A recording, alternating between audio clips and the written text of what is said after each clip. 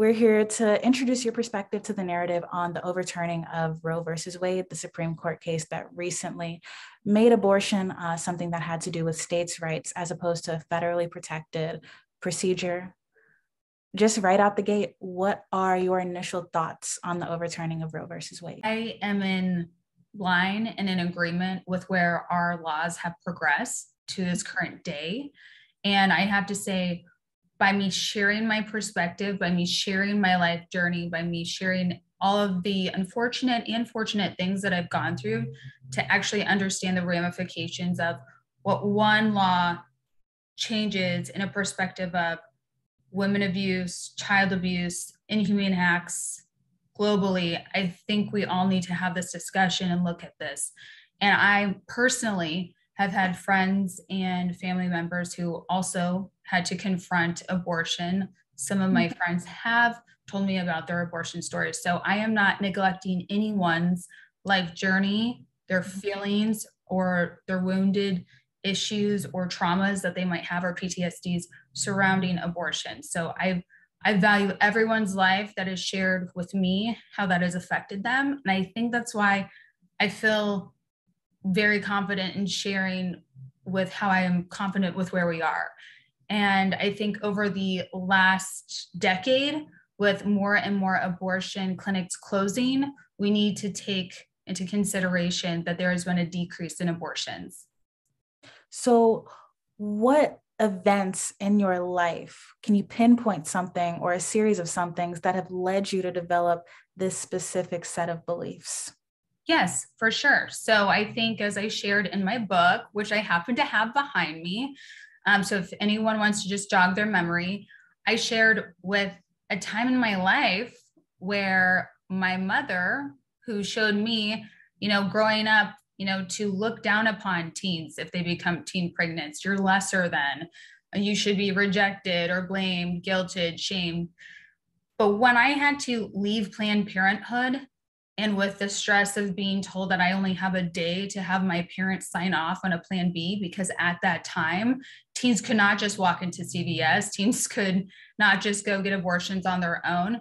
So even though our parents and our older generations at that time, would kick my fellow teens out of Catholic school if they wanted to become teen pregnant, or they'd say, we're going to kick you out of the house. I walked into my mom's office with my friend, and I showed her in a kind of a crisis fix it because I'm the problem to you way. If you just sign off on this, I can fix everything, because I didn't want to be looked at as a problem or rejected. And my mom at that moment started crying and said that she was not going to kill a living human being. I think I'd like to share another point in my life. I finally realized, as a first mom, a first teen getting pregnant, that at Christmas, when I was around 8 months pregnant, it finally hit reality for me, because maybe I was immature, I didn't understand things.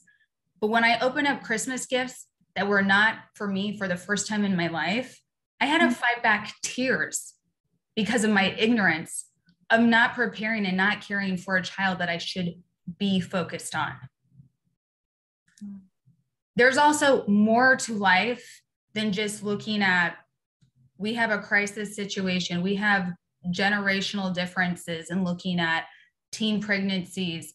We also don't take into consideration our mental health and well-being. That was something that I learned highly the last 2 years when I've really looked at my disorder, ADHD. If you look at the statistics, you'll easily see, and what they always recommend is understanding that when you have a disorder, that you are more likely to have unplanned pregnancies or car accidents. I've had them all.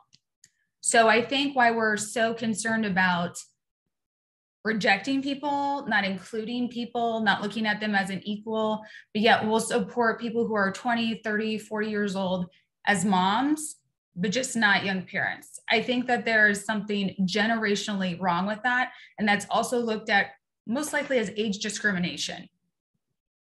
So I want to circle back to something you said about some of your friends sharing their Yeah. abortion stories with you, as well as, and I'm sure someone as knowledgeable as you're in school right now, you're engaged in the discourse online, looking at the different rationales or arguments that people have for both sides.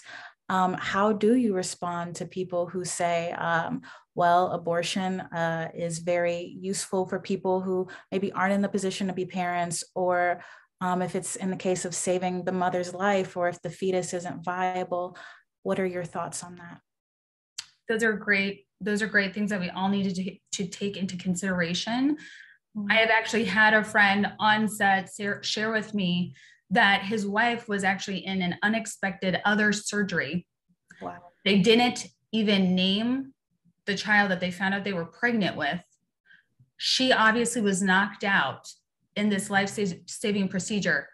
They confronted him with saying, do you want us to save your wife, who is a mother to their child already?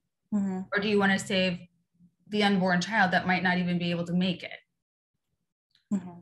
Would you like to be charged with murder? Mm-hmm. Or would you like to be having some other issues, which we claim that people are going to be put in jail for abortions? You have to look at each case by case scenario when it's a life or death situation about a mother. I also look at things in a perspective of what is actually possible medically in the moment. I also had a friend this summer who claimed that the doctor said she was going to have a stillborn and highly recommended that she have an abortion. She said that she didn't feel comfortable doing that. She ended up having her son this summer, and he's doing well and he's alive. I do think we always throw things out online. I do think that I've definitely had enough of my email box being filled with people who are talking for others who are in a vulnerable place, who no one's listening to their voices, especially rape victims. And I'm going through it myself this year.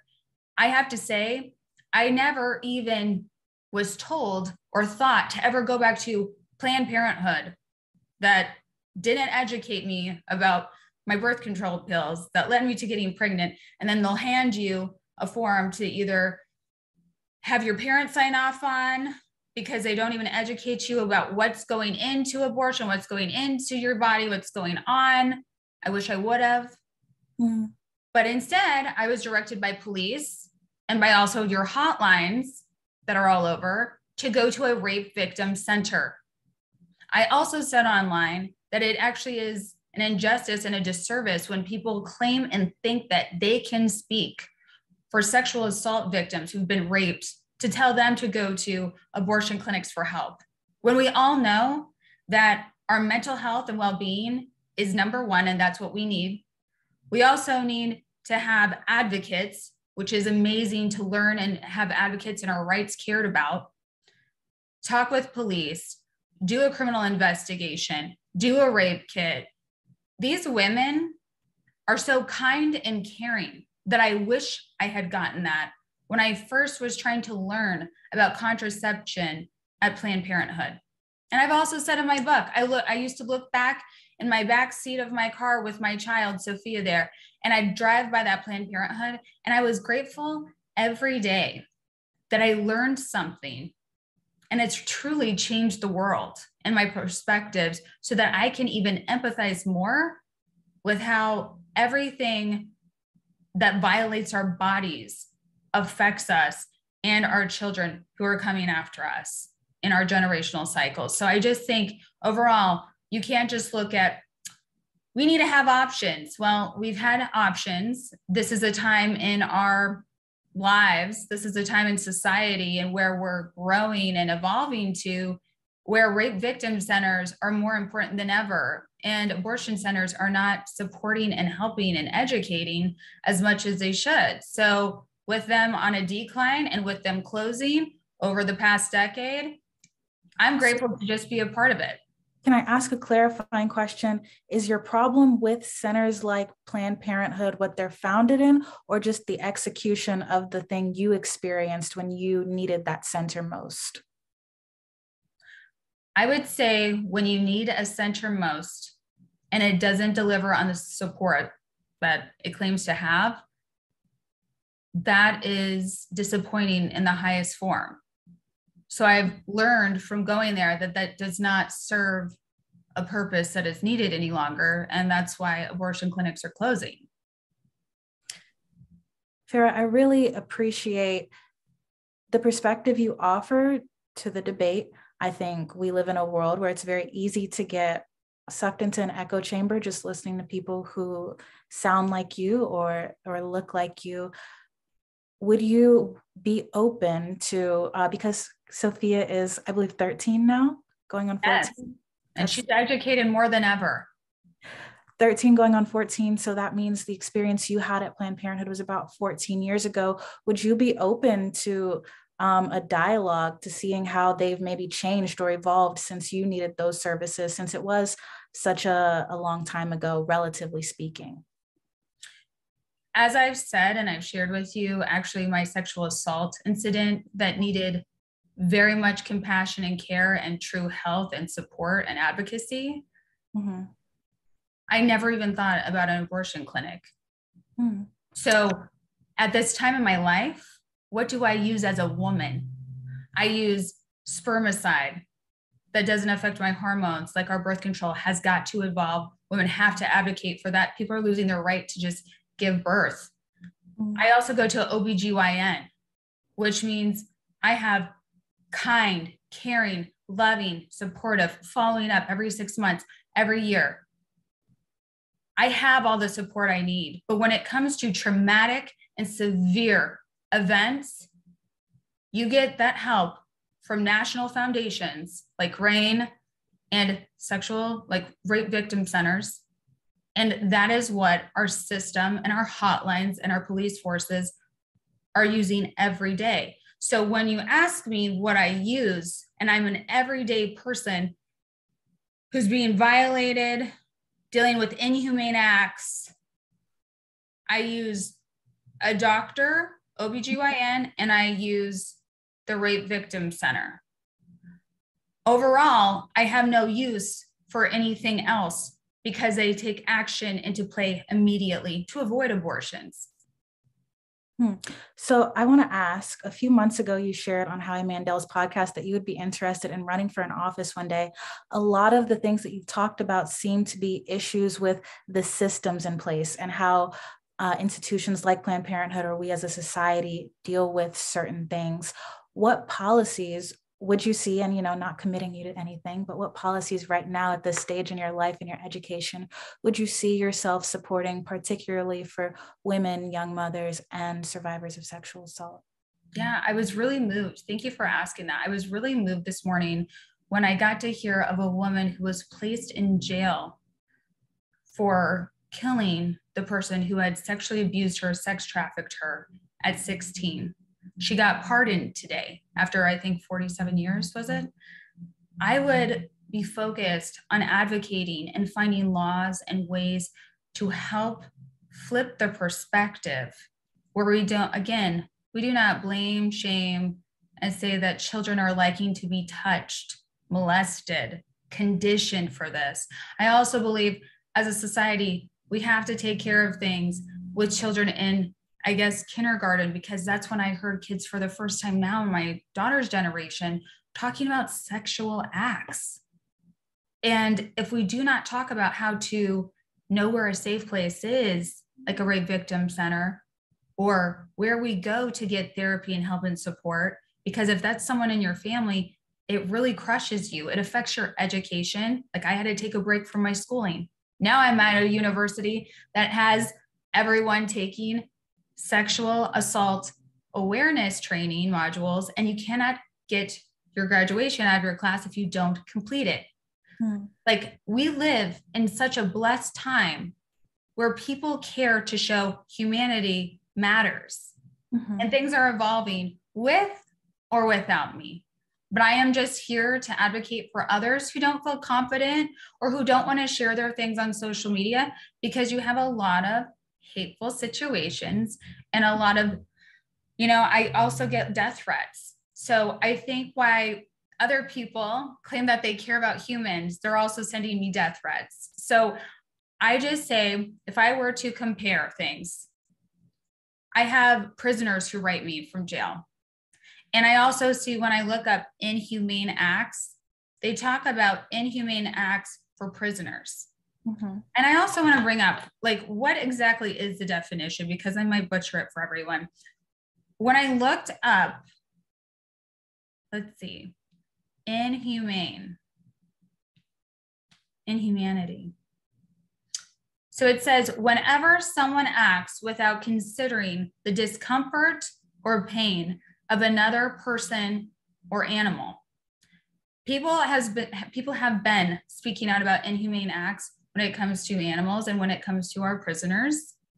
But when we look at inhumane acts to something that has a brain and a heart, I definitely remember the first time I got my ultrasound and I'm like, oh my God, I have a real living thing inside of me. Some of us don't realize that. So with inhumane acts and not considering the discomfort or pain to another person, I think that includes abortion. So let me ask you. So say there was a girl who was in your situation today in 2022, 16 and pregnant in your home state of Iowa, where the governor has recently said that she plans to roll back on abortion procedures within the state, putting some policies in place. If this girl came to you saying she was considering an abortion, what would you tell her? I've had many women who've emailed me over decades talking to me about considering abortion, considering having their child adopted, considering their goals, their aspirations, where they're at in their relationships. But I am not going to be a hypocrite, and I'm not going to be the person who contradicts themselves. My life legacy and my life journey speaks for how I would answer this. I lost the love of my life. I still have overcome all the challenges society claims that we won't be good parents. I've been an exceptional parent to my daughter. You can be a parent on your own. We have now women who adopt children and want to parent on their own. It doesn't hinder your goals and your dreams. As I've also learned at my trauma center this year, it's about staying on your 12 principles of success. So I will not ever judge anyone, but I also know I never took any way out, and I did not have to listen to any generation before me who plagued me with despair. I'm a problem. I should be rejected. You also have lots of female celebrities during the height of Teen Mom claim that we shouldn't be role models and we shouldn't be looked up to. But yet we have gone through adversity more than anyone. So if I share my voice and I share that I can do it, I know any teen, whether they're 14, 15, 16, any age, can do it. And I've been blessed. Do you mean the pregnancy or the being a mother? Well, I think you have to just say all, right? You can't be a mom without pregnancy. You can't wrap your head around being going through pregnancy and then being a mom. So if you have a desire to not be a mom and you don't want to do anything inhumane, no matter what issue's going on, then let's just take into consideration adoption, like my colleague Caitlin has. Farrah, thank you so much for adding just a layer of depth to the conversation. I want to now use just this last question to ask, is there anything else you want to say on the issue? Anything you felt like you didn't say or just want to reiterate? Because again, my goal in writing this piece isn't to necessarily take one side or the other, but just to capture the perspective of somebody like yourself who was once in a situation where a lot of people, maybe on one side or the other, would have suggested that either you got an abortion or you became a teen mom and you chose to become a teen mom. So just overarching thoughts on the conversation surrounding Roe v. Wade and how that impacts teen mothers. I look forward to leaving the world better than how I found it. And I have done just that, from decreasing teen pregnancies and decreasing abortions. I always will support women in whatever their choice is. So much love and so much unconditional love to children. Thank you. So I just want to make sure I'm understanding it right.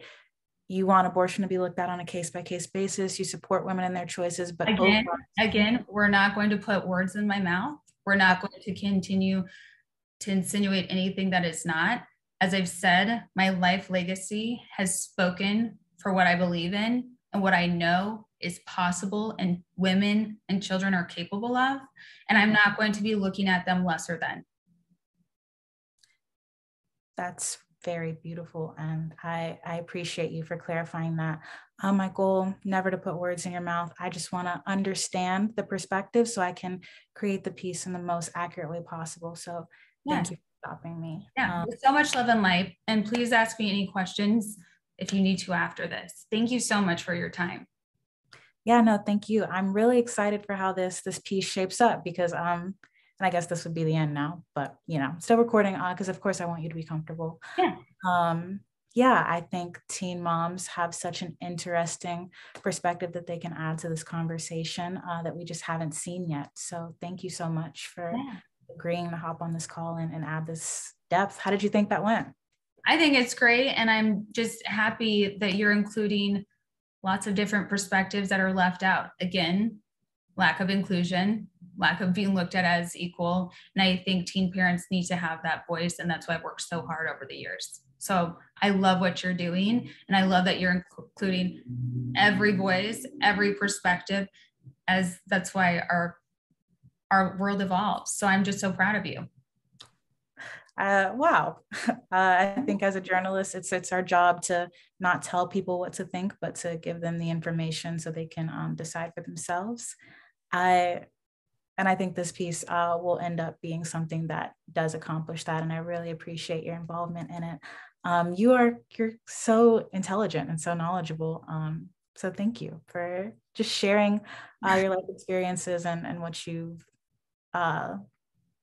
acquired. Acquired, overcome, just underdog it all the way. So much love to you and have a great day. Have a great day writing. Independence Day, do it up. Thank you so much, Farrah. Have a great day.